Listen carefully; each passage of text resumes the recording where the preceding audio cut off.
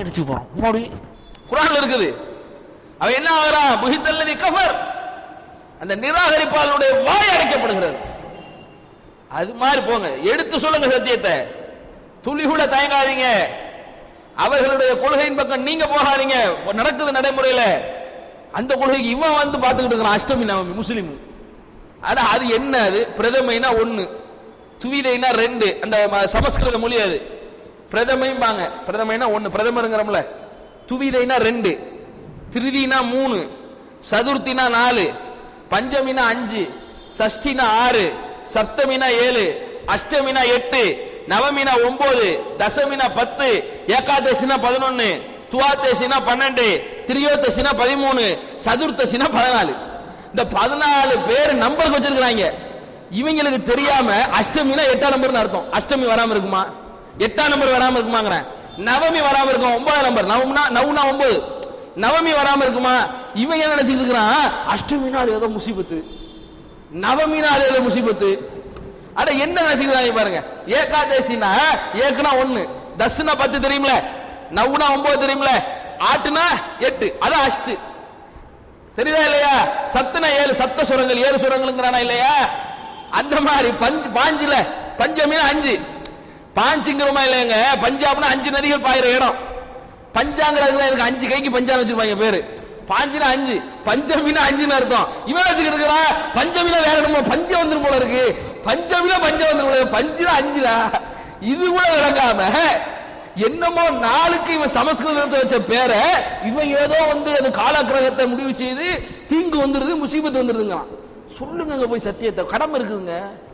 போங்க, இறங்குங்க. இன்ஷா அல்லாஹ் இதுவும் இதை ஒட்டி சில தகவல்கள்லாம் நம்ம தெரிந்து கொள்ள வேண்டி இருக்கிறது. இன்ஷா அல்லாஹ் அடுத்த வகுப்புல இன்னும் கொஞ்சம் பார்ப்போம்.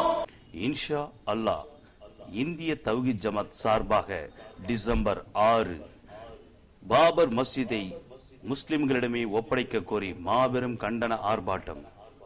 சென்னையில் கலெக்டர் அலுவலக அருகில் காலை 10 மணிக்கும், திருவள்ளூர் மாவட்டம் ஆவடியில் மாலை 3 மணிக்கும், காஞ்சி மாவட்டம் பல்லாவரத்தில் காலை 10 மணிக்கும், வேலூர் மாவட்டம் ஆம்பூரில் காலை 11 மணிக்கும், திருப்பூர் மாவட்டம் தபால் அலுவலகம் அருகில் காலை 10 மணிக்கும், சேலம் மாவட்டம் சேலத்தில் காலை 10 மணிக்கும், கோவை மாவட்டம் செஞ்சிலுவை சங்கம் முன்பாக மாலை 4 மணிக்கும், கோவை புறநகர் மாவட்டம் ஆனைமலையில் 4 மணிக்கும், தேனி மாவட்டம் பெரியகுளத்தில் காலை 11 மணிக்கும், மதுரை மாவட்டம் மதுரை தெற்கு வாசலில் மாலை 3 மணிக்கும், விருதுநகர் மாவட்டம் ஸ்ரீவில்லிபுத்தூரில் மாலை 3 மணிக்கும், நெல்லை மாவட்டம் அம்பாசமுத்திரத்தில் மாலை 4 மணிக்கும், தூத்துக்குடி மாவட்டம் ஆழ்வார் நகரில் காலை 11 மணிக்கும், ராமநாதபுரத்தில் காலை 11 மணிக்கும், சிவகங்கை மாவட்டம் சிவகங்கையில் காலை 10 மணிக்கும், தஞ்சை மாவட்டம் கும்பகோணத்தில் காலை 10 மணிக்கும், கடலூர் மாவட்டம் பரங்கிப்பேட்டையில் காலை 10 மணிக்கும், திருவண்ணாமலை மாவட்டம் சேத்துப்பட்டியில் காலை 10 மணிக்கும்,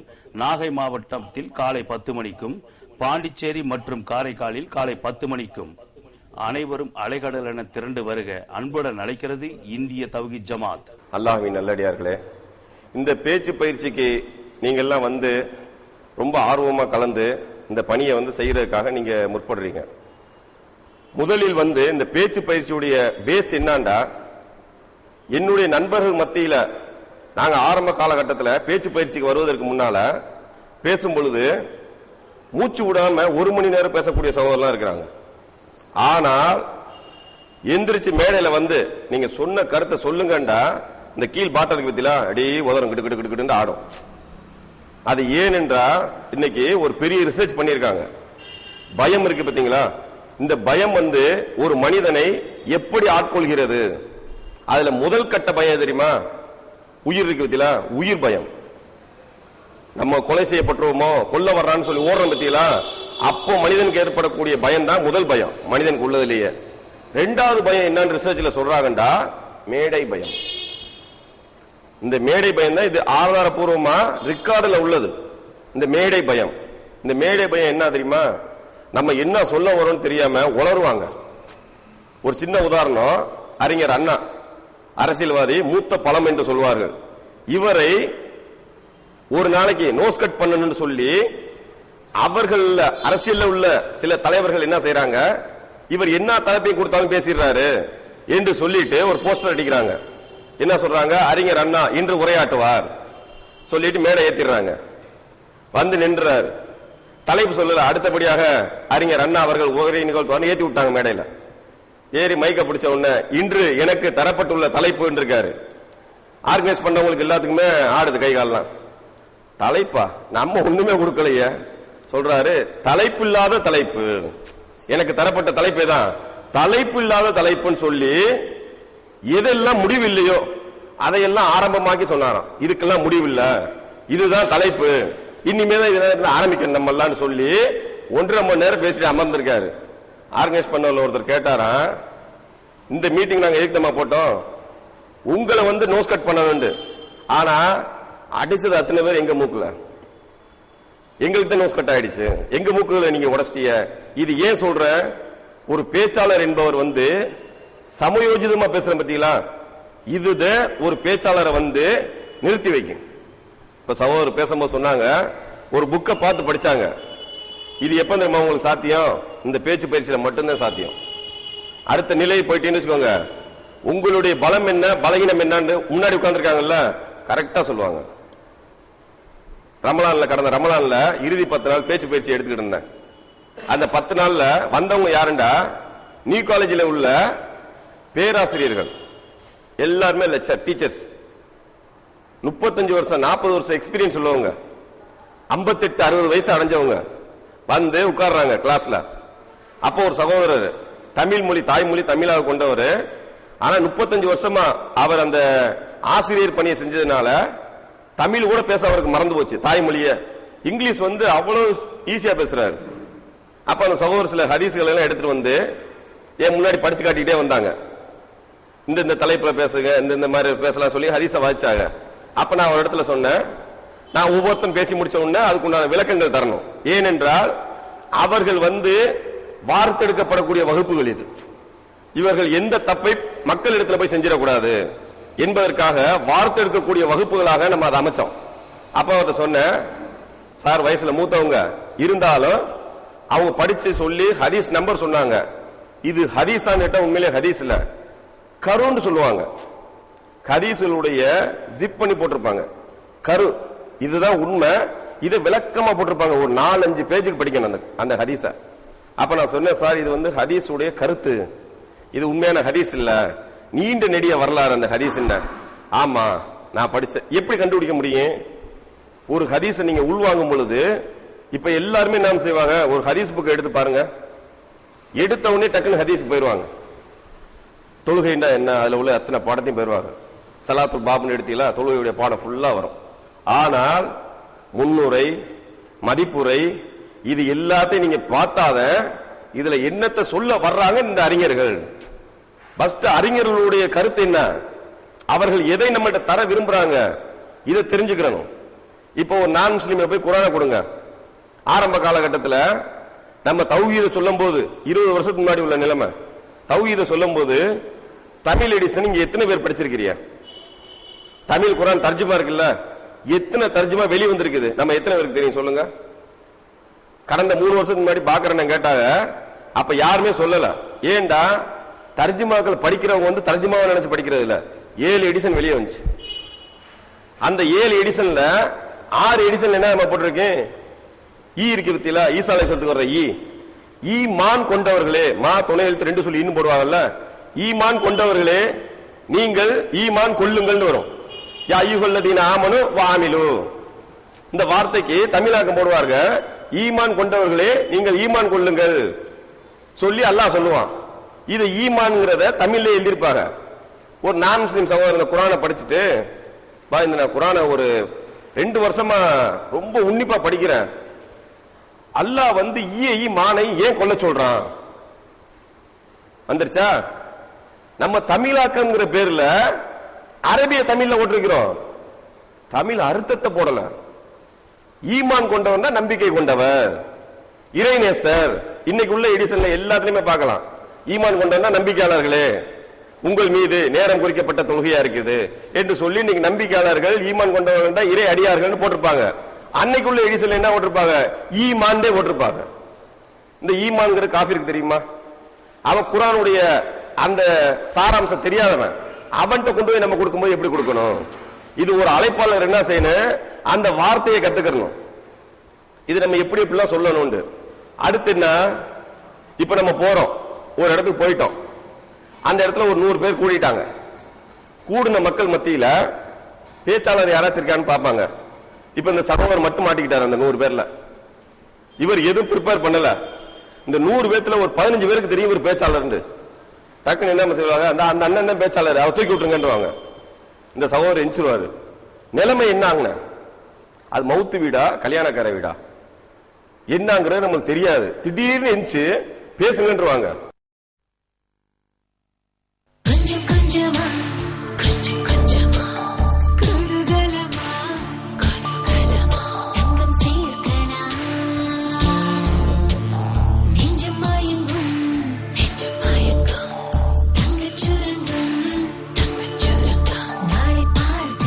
ஃபாத்திமா ஜுவல்லர்ஸின் கோல்டன் கிரைண்ட் சேவிங் ஸ்கீமில் இன்றே சேருங்கள். தங்கத்தை இனிதாய் சேருங்கள். இத்திட்டத்தில் செய்கூலி சேதாரம் இல்லை. ஃபாத்திமா ஜுவல்லர்ஸ். NSC போஸ்டர் உசைனியா ஜுவல்லர்ஸ். தரமான தங்க நகைகள், புத்த புது டிசைன்கள், அன்பான உபசரிப்புக்கு Husainiya jewellers. Husainiya jewellers 168 NSC Bose road, Chennai 79. கண்கவர் அணிகலன்களின் சாம்ராஜ்யம் ஹூர்லின் கவரிங். அழகின் அழகிற்கு ஆனந்த ஆபரணம். ஹூர்லின் கவரிங். எண்ணற்ற மாடல்கள், எண்ணங்களுக்கு ஏற்ற டிசைன்கள். ஹூர்லின் கவரிங். மங்கையரின் மனங்களின் ஹூர்லின் கவரிங். இப்பொழுது பரபரப்பான விற்பனையில் பண்டிகை கால சிறப்பு தள்ளுபடி. Velachery main road, Thandeeswaran bus stop near Velachery, Chennai 42. Phone number 04422431446 900322295. இப்ப போயிட்டோம். 2 இது நம்ம எப்பவுமே அட்டன் பண்ணுவோம். ஒண்ணு கல்யாணமா இருக்கேன், இல்லாட்டி கர்மாதி மவுத்து. இப்ப இதுக்கு போயிட்டா என்ன சொல்லணும், பேஸ் தெரியும் நம்மளுக்கு. பேஸ் தெரிஞ்சுன்னு வச்சுக்கோங்க, உடனே அவன் என்ன சொல்லுவான், அம்மாடி பெரிய அறிஞர் இருப்பான் அந்த ஆளு, அல்லாஹ் பாதுகாக்கணும். நம்மளுக்கு தெரிஞ்ச 2 விஷயமா இருக்கு. அந்த இடத்துல நம்மள அல்லாஹ் கண்ணியப்படுத்துவான். எப்படி தெரியுமா, அல்லாஹ்வுடைய வசனத்தை கொண்டு. இப்ப நிக்கா வீட்டுக்கு போயிட்டு நான் ஃபர்ஸ்ட் ஆரம்பிச்சல்ல, அல்லாஹ்வை புகழ்வது இன்னல் ஹம்துலில்லாஹ். இந்த சூரா இதை படிச்சுட்டு, துவாவை படிச்சுட்டு, அன்னிக்கா வன் சுன்னதி, நிக்கா என்பது எனது வழிமுறை. சாட்டான வார்த்தை, ஹதீஸ்ல வர்ற சின்ன வரி, அன்னிக்கா வன் சுன்னதி, நிக்கா என்பது என்னுடைய வழிமுறை. அதுக்கடுத்து நான் சொல்லலாம், சூரத்துல அன்னிசா என்று சொல்லக்கூடியதுல அல்லாஹ் சொல்றான், நீங்கள் மகரை கொடுத்து மனமுடியுங்கள். அந்த மகருடைய வசனங்கள் நல்ல வசனம். இப்ப எனக்கு கூட மறந்து வச்சு பத்தியா, ஏன்டா இதுதான் நம்ம மனப்பாடம் வைக்கணும். நீங்கள் மகரை மனமுகர்ந்து கொடுத்து விடுங்கள் பெண்ணுக்கு. அந்த வார்த்தை அன்னிசாவுல 4வது வசனத்துல வரும். இந்த வார்த்தைகளை நம்ம கத்து வச்சுக்கணும். அடுத்து என்ன செய்வோம், மவுத் வீட்டுக்கு போவோம். குல்லு நப்சின் தாலிகத்தில் மவுத், ஒவ்வொரு ஆத்மாவும் மரணத்தை சுவைத்தே தீரும். இந்த வார்த்தை, இந்த சின்ன சின்ன வார்த்தைகள் நீங்க கத்து வச்சுக்கிட்டா உங்களுடைய இமேஜ் இருக்குதா, நீங்கள் பேச்சாளர், நீங்கள் அறிஞருங்கிற வார்த்தைக்கு அல்லாஹ்வுடைய இந்த வார்த்தை வலு சேர்க்கும். உங்கள்கிட்ட கேட்கறாங்கல்ல, இப்ப நீங்க 100ல ஒரு ஆளா பேசுறீங்கடா, அந்த 100 பேத்தை எல்லாம் என்ன செய்வான், உங்க வார்த்தைக்கு கட்டுப்பட வைப்பான். நீங்க சொல்றத செவிய இருக்க வைப்பான். ஏன் தெரியுமா, அந்த இடத்துல அல்லாஹ்வுடைய வார்த்தை நீங்க போட்டுட்டீங்க. இது ஒரு பேச்சாளருக்கு தலையாய கடமை, கம்பல்சரி கத்து வச்சுக்கணும். அதே மாதிரி புகாரில் இன்னைக்கு முதல் ஹதீஸ் எடுத்தீங்கன்னா என்ன, இன்னமல் ஆமாலு பின்னியத். முதல் ஹதீஸே அல்லாஹ்வுடைய தூதர் ஹிஜ்ரத் போகும்போது சொல்றாங்க, எவர் ஒருவர் எந்த நியத்தோடு பயணிக்கிறாரோ அதை அவர் அடைந்து கொள்வார். நியத் எல்லாமே எண்ணங்களை கொண்டதுதான், அவனுடைய வாழ்க்கை எல்லாமே அவன் எண்ணம் போல அமைஞ்சு விடும் என்று சொல்லக்கூடிய இந்த ஆரம்ப ஹதீஸ். இதை நம்ம தெரிஞ்சு வச்சுக்கணும். இதை தெரிஞ்சு வச்சுக்கிட்டு இதன்பால் உங்களுடைய பேச்சுக்களை அமைத்துக் கொண்டீர்கள்டா, உங்களுடைய பேச்சுக்குன்னு ஒரு வெயிட் இருக்குது. இது எதனால அந்த வெயிட் வருது, ஏன்டா நீங்க சொல்லக்கூடிய அந்த அல்லாஹ்வுடைய தூதருடைய வசனங்கள், அல்லாஹ்வுடைய வசனங்கள்லாம் நீங்க பேசுறீங்க பாருங்க. இந்த குர்ஆன் ஹதீஸை நீங்கள் சொல்லும் பொழுது அதற்கு நல்லா ஒரு வெயிட் சேர்க்கலாம். இது நீங்க மெயினா கவனத்துல கொள்ளணும். ஆரம்ப காலகட்டத்தில் நாங்க பேச்சு பயிற்சிக்கு போகும்போது எங்களுக்கு எப்படி நம்ம சொல்லி தருவாங்க, சாட்டா சொல்லிட்டு போயிருவாங்க. நாளைக்கு நீங்க ஈமானை பத்தி பேசணும். ஒரு டெக்னாலஜி கிடையாது அன்னைக்கு. இன்னைக்கு நெட் நாலேஜ் இருக்கிற நான் மக்கள்கிட்ட போனீங்கடா, ஈமான் தட்டினீங்கன்னு வச்சுக்கோங்க, குர்ஆன்ல எத்தனை வசனத்துல ஈமான் வருது, ஹதீஸ்ல எத்தனை ஹதீஸ் ஈமான் வருது, கட கட கட கடன்னு உங்க முன்னாடி வந்துடும். அதை எதை ஃப்ரண்ட்ல போடணும், எதுல பேக்ல போடணும்னு சொல்லி சிப் பண்ணிக்கலாம். நீங்க இது ஃப்ரண்ட்ல வந்தா போதும், இதுல இந்த கருத்தை மட்டும் எடுத்துக்கிடுவோம், இந்த நம்பரோட போதும், பெரிய பாடமா போக தேவையில்லை, சாட்டா சுருக்கி நீங்க சொல்லிட்டு போயிடலாம். ஆனா அன்றைய காலகட்டத்தில் சாதாரண ஒரு ஜனாசாவுடைய தொழுகையை பத்தி நீங்க புகாரில பாத்தீங்கன்னா 16 பேப்பர் படிக்கணும். படிச்சீங்கன்னா 16 பேப்பருங்க 32 பேஜ் ஆயிடும். ஒரு பேப்பருக்கு 2 பக்கம் படிச்சுட்டு ஒரு சின்ன விஷயத்தை அறிஞ்சு கொள்ளலாம்.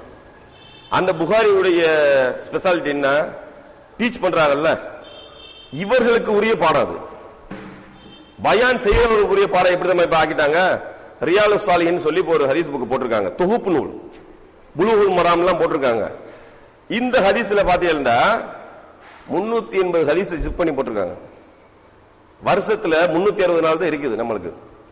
ஒரு நாளைக்கு ஒரு தலைப்பு நீங்க ஒரு இடத்துல போய் பேசினா கூட வருஷம் ஃபுல்லா ஒரு தலைப்புல பேசலாம். நீங்க 380 ஹதீஸ போட்டிருக்காங்க. அல்லாஹ் அவர்களுக்கு அருள் புரியட்ட நல்ல ஒரு உழைப்பு.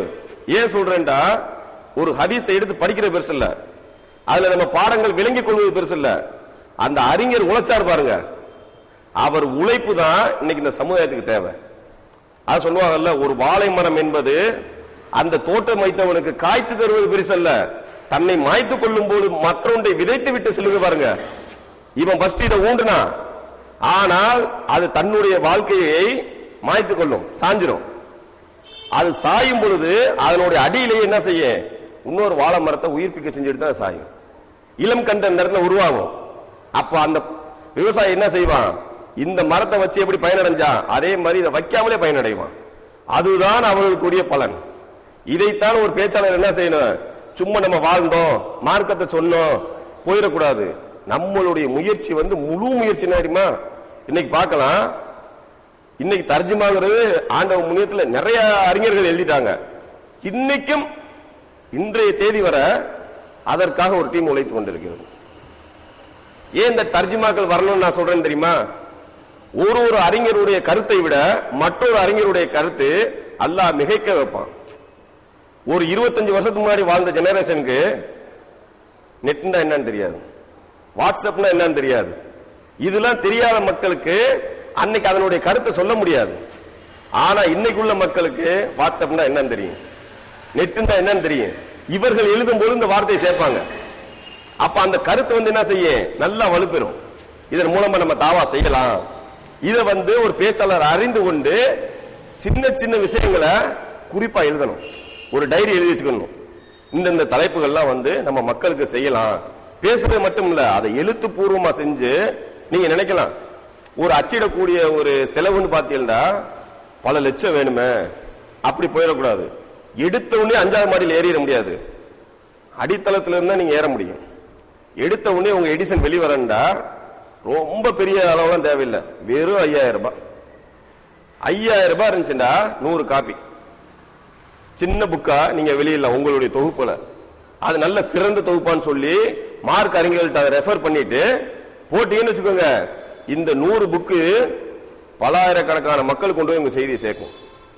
இது மட்டுமா, உங்களுடைய மரணத்திற்கு பிறகு அந்த புக்கை எடுத்து பார்ப்பாரு, உங்க பேர் அதுல பதிவு செஞ்சிருக்கீங்க, ஆசிரியர் நூலாசிரியர்னு போட்டிருக்கு. அந்த பதிப்பு என்ன செய்ய, பல 100 மக்களுக்கு பதில் அளிக்கும். அப்ப நம்ம செய்யக்கூடிய ஒரு பெரியது என்ன சொல்லுவாங்கல்ல, சதக்கத்துல் ஜாரியா, நிலையான தர்மத்தை நம்ம விட்டு செல்லணும். இந்த கல்வி மூலமா நம்ம பெற்றிருக்கிறத நம்மளோட அமைக்கிற கூடாது. இது பெருசா இந்த மக்களுக்கு கிடைக்கணும்டா, இந்த அழைப்பு பணி மூலமா நம்ம செய்யக்கூடிய தாவாவில் செய்யக்கூடியதெல்லாம் எழுத்து வடிவத்தில் கொண்டு வரணும். இன்னைக்கு எல்லா அறிஞர்களுமே ஆசைப்படுறது அத, அந்த ஆசை தான் ஒவ்வொருத்தருக்கும் இருக்கணும். அடுத்து இந்த பணியினுடைய ஸ்பெஷல் என்ன, இந்த அழைப்பு பண்ணி நம்ம ஏன் செய்யறோம், இதை உண்மையிலேயே ஒரு முஸ்லீம் உணர்ந்திருந்தா ஒவ்வொரு முஸ்லீமும் அழைப்பாளராக இருக்கணும். ஏதமா அல்லாஹ் அப்படித்தான் சொல்றான் குர்ஆன்ல. என்ன சொல்றான், சூரத்துல் ரஹ்மான்ல 55வது அத்தியாயம், அர் ரஹ்மான், நான் அளவற்ற அருளாளன், அல்லமல் குர்ஆன், இந்த குர்ஆனை நாம் தான் அருளினோம் இறக்கினோம், ஹலக்கல் இன்சான், இந்த மனித வர்க்கத்தை நாம் தான் படைத்தோம், அல்லஹுமுல் பயான், அவனுக்கு விவரிக்கக்கூடிய ஆற்றலையும் நாம் தான் தந்தோம். முடிஞ்சு வச்சா நம்ம என்ன சொல்றோம், பாய் எனக்கு பேச வராது, பாய் எனக்கு பேச தெரியாது, பாய் அல்லாஹ் பாதுகாக்கணும். நான் படிச்சது 5ஆம் கிளாஸ், நான் பெரிய டிகிரி முடிச்சவன் இல்ல.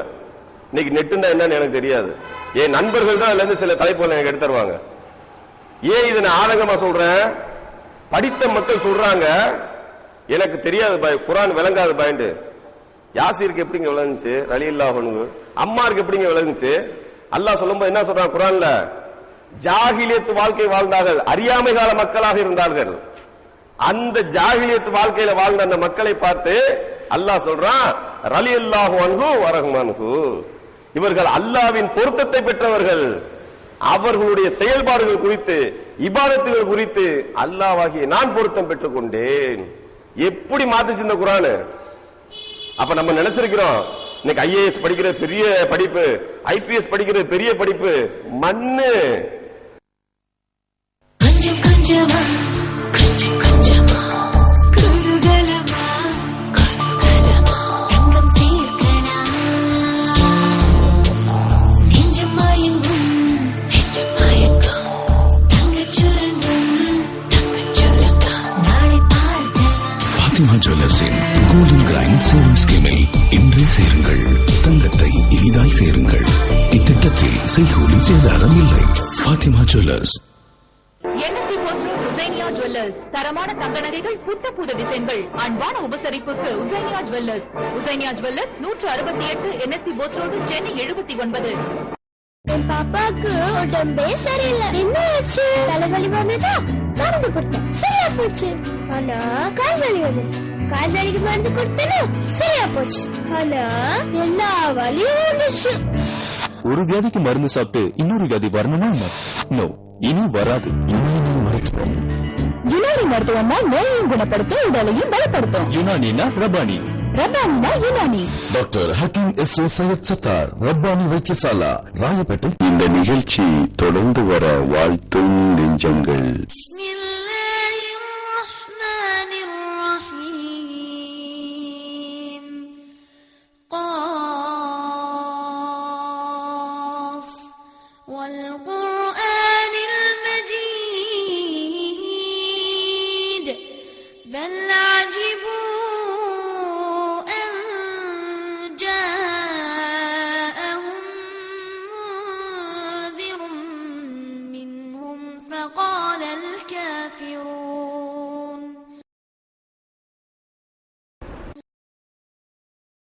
ஒரு ஐஏஎஸ் அதிகாரி ஒரு சிற்பி வரைக்கக்கூடிய ஒரு சிலைக்கு முன்னால் தன்னுடைய சிரத்தை தாழ்த்துகிறான் என்றால் அவன் படிப்பு அவனுக்கு பயனளிக்கவில்லை. அவன் எத்தனை டிகிரி வாங்கியிருக்கட்ட, ஒரு டாக்டர் சொல்றாங்க ஸ்பெஷலிஸ்ட், ஹார்ட்ட பிரிச்சு மேஞ்சிருவான், செத்த பணத்தை உயிர்ப்பிச்சிருவான் என்று சொல்லிட்டு அவ்வளவு மகத்துவம் மிக்க அந்த மூளையை கொடுத்த அல்லாஹ் யாருங்கிறதை அவன் மறந்துட்டான்.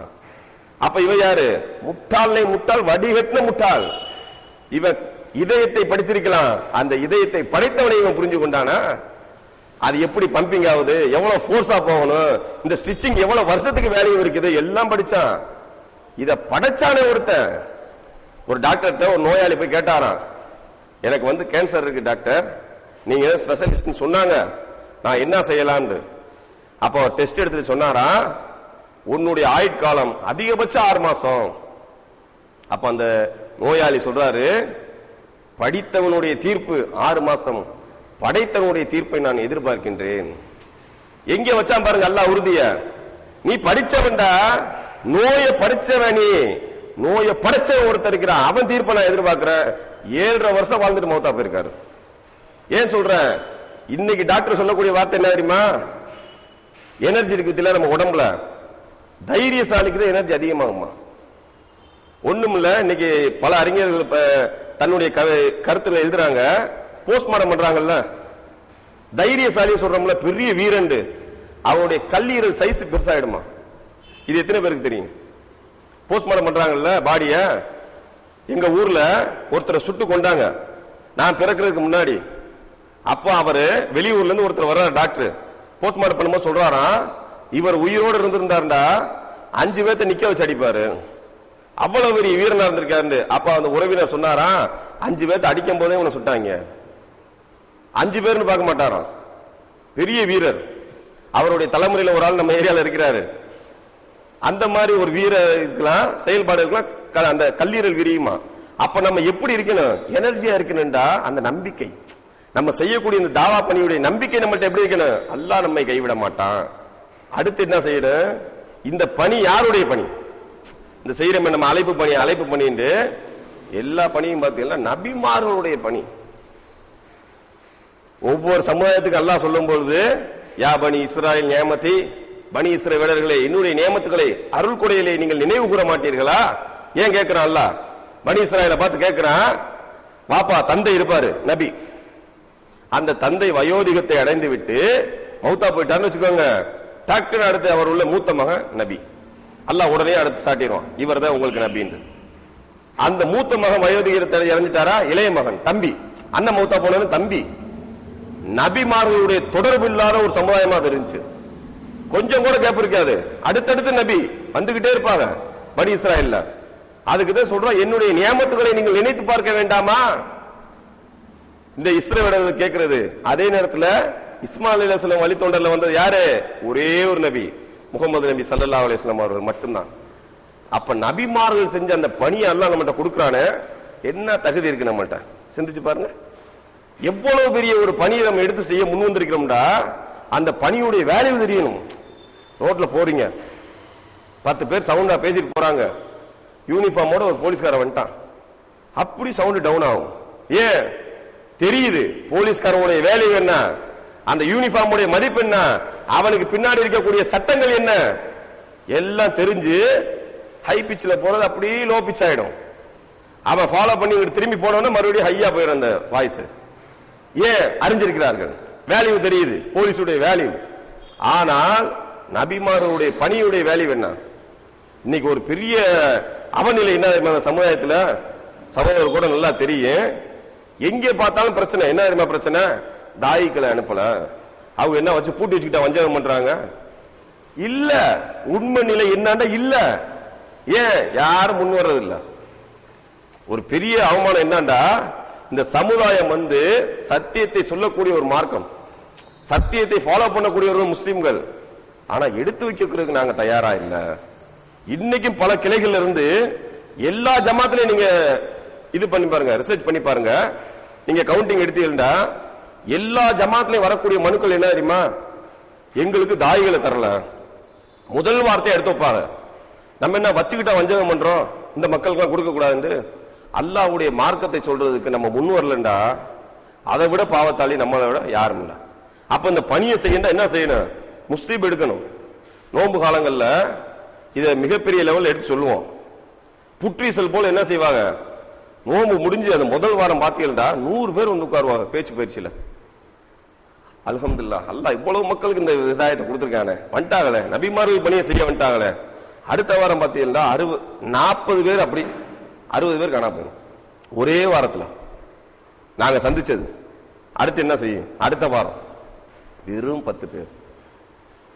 இது நான் அமர்ந்ததுல சொல்றேன். 96 பேர் எடுத்தாங்க லிஸ்ட் பேச்சு பயிற்சிக்கு வந்தவங்க. அடுத்த வாரம் வெறும் 40 பேர், அதுக்கு அடுத்த வாரம் வெறும் 10 பேர், அதுக்கு அடுத்து ஸ்டாண்டர்டா இருந்தது வெறும் 9 பேர் இருந்தோம். அந்த 9 பேர்ல 4 பேர் செலக்ட் பண்ணாங்க. அந்த 4 பேர்ல ஒரு ஆளா நான் வந்தேன். ஏன்? அந்த ஆர்வம். அல்லாஹ்வுடைய மார்க்க நம்மள்ட்ட இன்னைக்கு சொல்லுவாங்க குர்ஆன் குர்ஆனுங்கறாங்க, அதுக்கு நான் மாறுபட்டவன். இதை குர்ஆன் சொல்லாதீர்கள், உங்களுடைய உறவு. அல்லாஹ் சொல்றான், மறுமை நாளில் ஒவ்வொரு ஆத்மாவும் தன் நிலையை கண்டு விரண்டோடும். அப்பொழுது அந்த ஆத்மாக்கள் சொல்லுமா, யா நப்சி யா நப்சி, என் நிலை என்ன, என் நிலை என்ன? எந்த ஆத்மா விரண்டோடுமா? இன்னைக்கு நம்ம கீழே விழுந்துட்டோம்டா, அடுத்தால் அழுகிறார்களோ இல்லையோ, பெத்த தாய் கதறிடுவா, என் மகன் கீழே விழுந்துட்டானே, கால் ஒடிஞ்சிருச்சேண்டு.